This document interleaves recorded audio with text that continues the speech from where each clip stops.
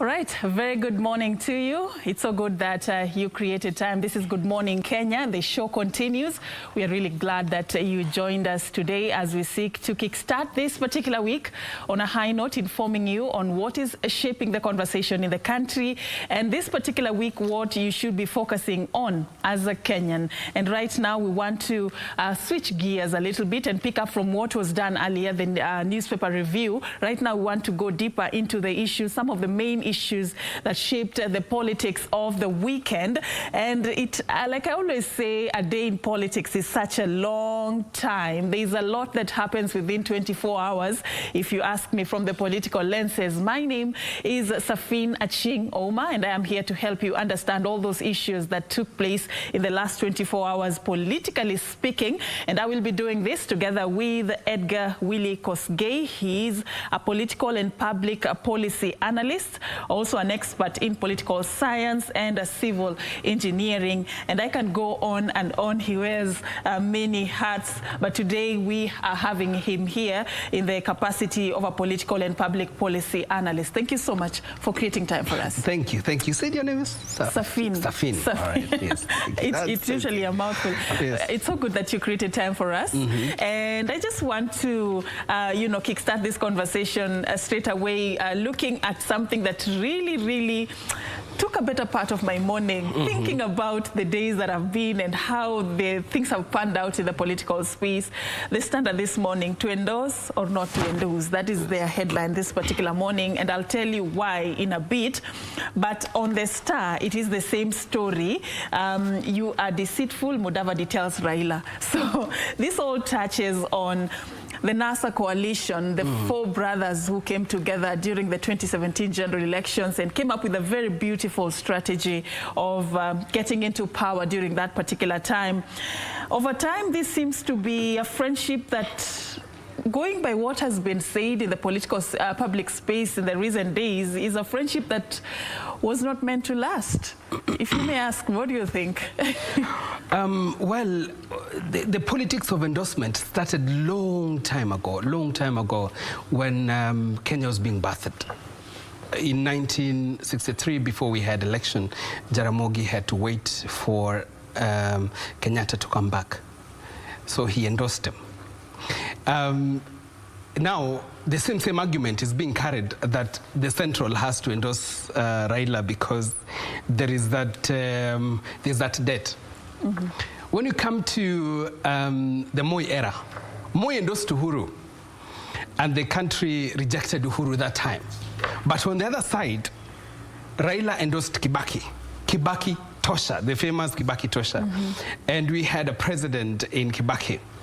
And in 2013, we didn't have endorsements. Raila decided to run himself, and he was being backed by the three friends. That's Mudavadi, Kalonzo, and Wetangula. They had to back him because Raila was the front contender. He was their leader. In 2017, there was no endorsement. In now 2022, we are seeing the politics of endorsement. And Uhuru was promised to endorse many people. I wonder what he's thinking. When he was in Mudavadi's home, he promised to endorse Mudavadi. When things were happening in Ukambani, they promised to endorse Kalonzo Musyoka. Now, to endorse or not to endorse? That's the big question we're asking this morning. As we ponder on that, let me just take our viewers quickly through, why this is even forming part of the conversation in the political space to begin with. And this comes a day after Raila declared he will not endorse any of his former NASA colleagues for presidency, that is Kalonzo, Mudavadi, and Wetangula. And they have since hit back, saying they do not need his blessing.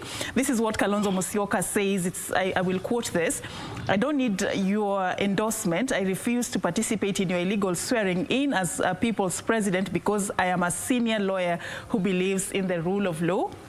And Moses Wetangula says, I don't want to be drawn into an argument. History will absolve us. We are not asking for endorsement, but teamwork, as one good turn deserves another. And Musalia Mudavadi says Raila knows he duped colleagues into backing him in NASA in 2017 under the false pretense that win or lose, he would not offer himself as a candidate. And then there's one that has been added there, Hassan Joho. We have supported you all the way we could for a long time, and it is time for you, that is Raila, to support us too. It cannot be that we support you every other time. So these are just what was commonly known as close allies of Raila Odinga throughout the 2017 general election. And Hassan Joho is very close to Raila Odinga. A question that I would ask you though, do you feel Raila owes any of this for gentlemen, anything? Well, I think Raila should give back the baton to one of them to appear like he has gratitude to them. But in politics, you do not depend on that. Because time usually changes in politics. And you never know your friend tomorrow in politics. Right now, the two kingpins of Rift Valley, William Ruto and Gideon Moi, are fighting, but you will not know even tomorrow. Raila Odinga is fighting William Ruto, but you will not know tomorrow. Well, before Kenyans, when you are Christian or when you're Muslim, you have to prove that you're good. But there is no morality in politics. So what Kalonzo should do, I suggest, one, he should hit the ground running and stop being a regional leader. Number two, Kalonzo has dirt in his body. He has dirt in his character. He's being called watermelon. He should try to clean his name first before he hits the country. Otherwise, he is yet to wait for endorsement, and he will not get endorsement. Another thing, if the government endorses you, then you're yet to lose. So they should not look for the government to endorse them. Uhuru should not endorse anyone. If Uhuru endorses you, then you lose. But where does this then leave the conversations that happen around a coalition, when a coalition is being formulated, I beg your pardon, yes. And you know, when we are having sort of political truce, yes. When people, like right now, there is the common and the popular handshake. Where does this leave such agreements when it comes to the political aspect of it? Does it mean that it's something that cannot hold any water? Political agreements are political in themselves.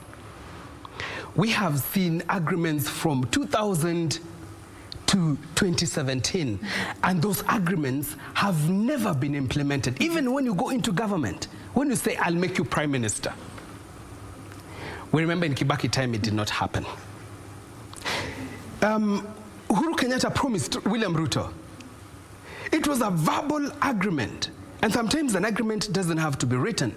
It was a verbal. Yako kumi, yangu kumi. Yeah. Where is that? Where was that written? Isn't he justified to ask for the debt to be paid back? Though in the recent days he has said Uhuru Kenyatta does not owe him anything, but that was not the narrative back then. When you listen to someone talking, do not read what he's talking. Just read what has not been said. Look at his colleagues, what they are saying. Ya Uhuru kumi, ya Ruto kumi. But the colleagues are the ones pushing that. The allies, I mean, are the ones pushing that. But Ruto himself is very careful with himself not to ask Uhuru Kenyatta to back him. So whatever is pronounced in the political arena is, I don't know which name to give it, but I'll call it soil. But what we have seen before, even them that have managed to become president in this country, it did not just happen as a one-man show. It actually took the effort of, you know, a group of people coming together and agreeing that this is the person and, you know, this is the direction the populace should move. I don't know whether you believe if you were to advise either Kalonzo Musyoka and Musalia Mudavadi, Kalonzo saying he does not need any endorsement, the only endorsement ni kutoka kwa Mwenyezi Mungu. He had to run. Can it happen as a one-man show? Look at history. Can it happen as a one-man show, really? When you're coming together, you look at the front runner. Like if you and I are to come together, we will see a super contender before Kenyans. And when you were asking the question, I looked at Moi, who helped Moi into power. I looked at Kibaki, who helped Kibaki into power. It wasn't a one-man show. And I looked at Uhuru, who helped Uhuru into power. All right. I want you to hold that thought, because again, we are coming back to pick up from there. Okay. Allow me to take a very short break for our viewers, and then we'll come back to continue this conversation. We are talking about the politics of endorsement, as the weekend politics was tight-packed with the sentiments from the NASA coalition, the so-called NASA friends.